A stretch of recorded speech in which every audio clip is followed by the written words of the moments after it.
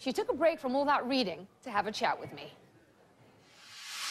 The idea actually came from a blogger in the US initially who came to a blog I was doing last year and recommended a book by an Australian writer. And I wasn't able to read it that year, so I said I'd read it next year. And he said, oh, but you've got to do a blog next year because I want to know what you think of it. And I said, OK, yeah, well, if you can think of a theme, I'll consider it, you know. So he said, oh, well, what about books from different countries in the world? And I thought about it, and I thought, actually, how many books from different countries do I read? Probably hardly any. In fact, I mostly only read British and American writers. And actually, most of us don't really seem to do that. In fact, hardly any of us read books in translation. And the Olympics were coming up, and, you know, the whole world was coming to London, to my doorstep. So I thought, well, you know, now's the time to go out and meet the world, and I'll do that through books. It's a fantastic idea. Talk to me about the numbers involved, though. How many books you have on the list, how many you've read so far? Yeah, so one of the real complications when I was starting to plan the project was actually working out how many countries there are in the world, because depending on who you speak to, you get a very different answer. There are anything up to sort of 275 national flags in the world, but a lot of those are for countries that are disputed and others don't recognise them. There are 205 countries competing at the Olympic Games, 209 members of FIFA, the Football Association. The UN has 193 members. So, you know, there are lots of numbers out there. Lots of numbers.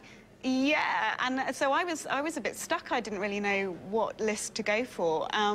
But there was one list that seemed to be the most common on the internet, the most universal, which was a list of 195 countries. And to this I decided to add Taiwan, because I was interested in it. It had been a member. Controversial indeed. I don't mind a bit of controversy, so I decided to do that.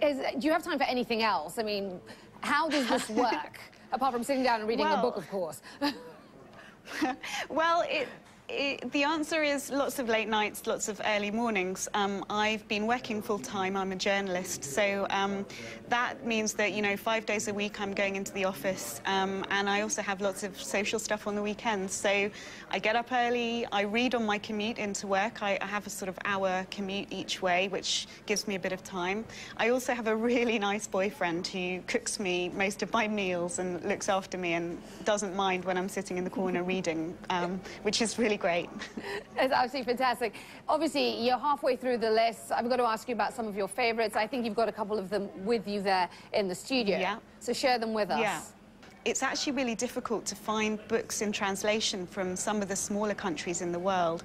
And Burundi was a country that I particularly was struggling with. Burundi is a very small country in East Africa, and so I was struggling. I couldn't seem to find anything to read from Burundi. And then I got in touch with a US organisation called the United Burundian American Community Association and asked them if they could help recommend anything.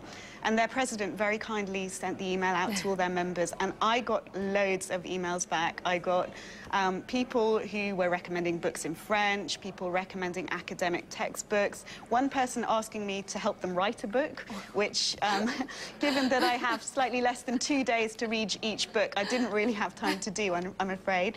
And then one person emailed and said, I was at school with someone in Burundi, and she went on to write a novel, and this is her name, and this is the name of the novel, but I don't have any contact details.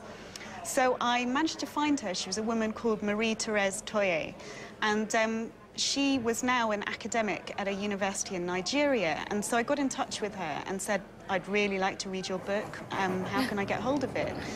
And she couriered me a copy, especially from Africa.